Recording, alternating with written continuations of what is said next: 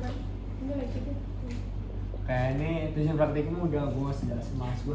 Oke, ini konsep modelan produksi. Kalau misalkan kalian udah pernah belajar modelan sistem pasti udah tahu apa itu modelan sistem. Nah, jadi untuk gue jelasin secara langsung aja untuk komponen-komponen komponen sistem pada produksi kursi ini. Sebenarnya nanti kalian definisikan dulu input, proses, output, dan kendalanya. Ini untuk apa? Untuk nanti pas kalian bikin tugas satunya ini. Ini mau jelasin kan nih bedanya apa? Berjelasin aja tapi Nggak usah. skip udah ada artinya Simulasi sistem pendekatan matematis. Nah, jadi nanti tuh di tugasnya ini kita bakalan pakai rumus waktu siklus, kapasitas produksi, utilitas, throughput time, kemudian OI nggak kita pakai, kemudian WIP kita pakai. whip cream. Nah, kemudian untuk pendekatan untuk mencari yang namanya bottleneck itu kita punya dua cara yang bisa dipakai. Yang pertama teori of constraint approach, di mana bottleneck dengan TC itu waktu terpanjang, waktu siklus terpanjang. Di sini bisa ada 3 contoh. Yang paling terpanjang di sini motongan. Otomatis yang paling panjang di sini bottleneck, kemungkinan besar motongan. Tapi asumsi ini itu tuh bisa dibilang itu agak bertentangan sama asumsi yang ini. Karena apa? Asumsi yang ini kan cycle time 16 menit. Sedangkan kita belum tahu nih, let's say jumlah produksinya itu berapa. Kalau jumlah produksinya itu cuma let's say kapasitas produksi itu 20 di motongan, tapi kita cuma produksi 10. Otomatis kalau misalnya kita pakai pendekatan satu lagi, utilitas critical path yang dimana kapasitas produksi itu di atas 5% dianggap bottleneck. Kalau misalnya kita misalnya masuk ke 10 nih, otomatis yang lain juga, yang ini juga belum tentu jadi bottleneck. Jadi pendekatan yang paling akan dipakai itu yang ini, yang dimana hasil dari perhitungan utilitas ini bakalan semisal di atas 5%, maka akan dianggap adanya potensi bottleneck. Kalau bisa lihat di sini bottleneck itu pada stasiun yang kedua sampai yang ketiga. Nah, di sini ada 3 metode yang digunakan untuk mengimprove dalam simulasi sistem. Yang pertama skenario penggunaan mesin, kemudian skenario optimasi proses, kemudian skenario perubahan layout. Nah, kalau di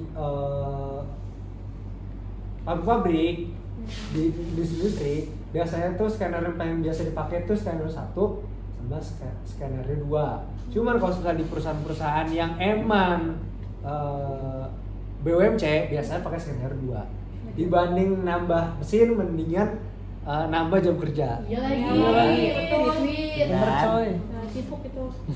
Rodi kayaknya. Nah, kalau skenario ketiga ini bisa bilang skenario paling, kalau misalnya mau pindah plan lah, itu biasa pasti ini otomatis layoutnya berubah. Ini ada contoh soal. Nah, di sini gue jelasin dulu. Jadi nanti tuh kalian itu bikin tugasnya itu kurang lebih kayak gini, dimana kalian definisikan dulu untuk produksi kursinya itu kalian tuh pakainya itu ada berapa stasiun kerja. Sini gue contoh ada 5. Nah, untuk nanti kalian saat modelan sistem itu, kalau di flexing mungkin besar nggak masalah kalau misalnya kalian lebih dari 6 stasiun. Cuma kalau misalnya pro model, karena memang pro model itu bisa dibilang software lama, jadi cuma maksimal kayaknya gue bolehin maksimal ya mungkin 7 stasiun kerja lah yang bisa dimasukin gitu. Jadi nanti kalian masukin stasiun kerjanya apa aja, kemudian kalian nentuin waktu setup, waktu proses, waktu tunggu, dan waktu perpindahannya. Untuk waktunya ini bebas, kalian mau seberapapun besarnya bebas. Kemudian nama-nama stasiun itu bebas, urutan-urutannya bebas. Nah, kalian udah tahu belum sih setup, proses waktu tunggu sama waktu perpindahan apa. Kalau udah gue langsung jelasin, kalau belum gue jelasin. Ini jelasin. Jelasin aja, Bang. Oke, jadi waktu setup itu bisa dibilang ya waktu persiapan, misalnya kayak manasin mesin, atau pas misalnya kayak di industri-industri kayak let's say garment lah, itu kan mesinnya itu kan pasti pas awal-awal produksi itu kan pasti ada yang namanya defect kan, yang dimana mesin itu belum optimal. Nah itu dibilang waktu setup. Kemudian waktu proses itu waktu yang diproses untuk menghasilkan satu produk, itu sebut proses. Kemudian waktu tunggu, nah ini waktu tunggu ini opsional. Misalnya itu kalian, misalnya setelah proses ini kalian misalnya butuh waktu untuk ngedingin barang, untuk misalnya let's say habis ngelas atau segala macam, otomatis harus dingin dulu dong. Nah itu pakai waktu tunggu. Kalau misalnya nggak ada, dinolin aja nggak apa-apa, lanjut. Nah kemudian waktu move ini atau waktu perpindahan. Waktu perpindahan ini, misalnya dari stasiun kerja satu ke stasiun kerja lainnya, itu dihitung waktunya. Nah cara ngitung waktunya, kalian di peta live udah dijelasin, udah di ini nggak sih kalian, misalnya waktu antar stasiun itu berapa meter, ada nggak? Ada. Iya, yang meter-meternya yang ukurannya. Nah kalau itu sih kalian 1, 2, 3 yang digabung. buat asumsi aja pakai GPT berapa lah. Kalau misalnya waktu perpindahannya berapa menit, itu pakai GPT nggak apa-apa. Itu kurang lebih. Nah habis itu kalian definisikan waktu kerja kalian tuh dalam satu hari itu berapa jam, atau berapa dalam satu shift itu berapa jam. Kalau misalnya 8 jam berarti 8 kali 60 menit atau 420 menit. Kemudian produksi aktualnya 15 menit per hari. Nah cara dengan produksi aktualnya itu gimana caranya? Kita langsung ke Excelnya aja.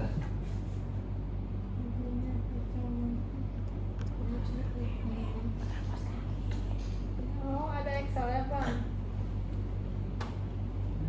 Nanti gua kirimin template-nya aja deh. Kan tinggal masukin aja angkanya. Iya. Oke. Oke. Nah jadi nih, yang bagian sini ya ini yang kayak tadi jelasin segala macam. Nah ini yang kalkulasi. Jadi kalkulasiin. Nih jumlah waktu atau ya waktu dalam satu hari atau satu shift 8 jam 420 hari. Kemudian jumlah produksi. Nah jumlah produksi ini dapat dari mana? Jumlah produksi ini hasilnya itu hasil dari kapasitas produksi yang paling kecil. Jadi kalau misalnya kapasitas produksi itu di sini kan kapasitas produksi paling kecil kan yang pengen kan 20. Nah berarti kapasitas produksi yang dilakukan sama satu perusahaan dalam satu hari itu nggak boleh dari 20 unit. Karena apa? Kalau misalnya dari 20 unit, nih misalnya gue masukin 20 unit, misalnya gue masukin 22, tuh bottleneck. Nah yang bottleneck berapa itu tuh? 1, 2, 3. Kemudian di sini utilitas. Kalau lihat ini dalam bentuknya persen. Kalau lihat nih 110%. Kan nggak mungkin kan? Iya. Lu produksi 110% gitu, nggak mungkin. Jadi ya kalian bikin waktu kapasitas produksi itu, jumlah produksi itu kalau bisa kurang dari, ya kalau itu dibuat 18 lah. Yang penting ada ya bottleneck. Kalau total bottleneck itu minimal satu aja nggak apa-apa. Tapi kalau misalnya kalian mau buat 2, 3, oke nggak apa-apa, nggak masalah. Yang penting jangan sampai semuanya bottleneck. Kalau semua bottleneck, kalian ngapain buat pabrik? Cukup. Dua lagi. Nah, untuk yang dihitung di sini ada cycle time. Cycle time itu waktu siklus, jadi waktu yang dibutuhkan satu stasiun kerja untuk menyelesaikan satu kali produksi. Jadi rumusnya itu ya waktu setup, waktu proses, waktu tunggu, waktu perpindahan ditambahin semua, jumlahin, nah segini. Kemudian kapasitas produksi udah dapat dari mana? Jumlah waktu ini, jadi jumlah waktu dalam satu hari misalnya 420 menit dibagi cycle-nya hasilnya 22 untuk yang potongan itu. Kemudian yang utilitas ini rumusnya itu jumlah produk ini dibagi dikali waktu baku cycle time, sebenarnya bukan waktu baku, cycle time, kemudian dibagi jumlah waktu kemudian dikali 100, hasilnya 81. Kemudian untuk cek bottleneck itu apa enggak, kita pakai asumsi 85%. Jika dari 85% maka bottleneck. Ini gue kasih template yang udah langsung jadi, karena kalau misalnya kalian bikin dari nol pasti kalian pusing. Iya. Pusing lagi. Betul. Jujur. Nah, Dia kemudian iya, Salam masa masih panggil love you ke dia no? kemudian ada throughput rate ini tuh dalam misalnya dalam 1 menit ada berapa barang yang diproduksi. Berarti di sini throughput rate-nya 0,04 barang dalam 1 menit.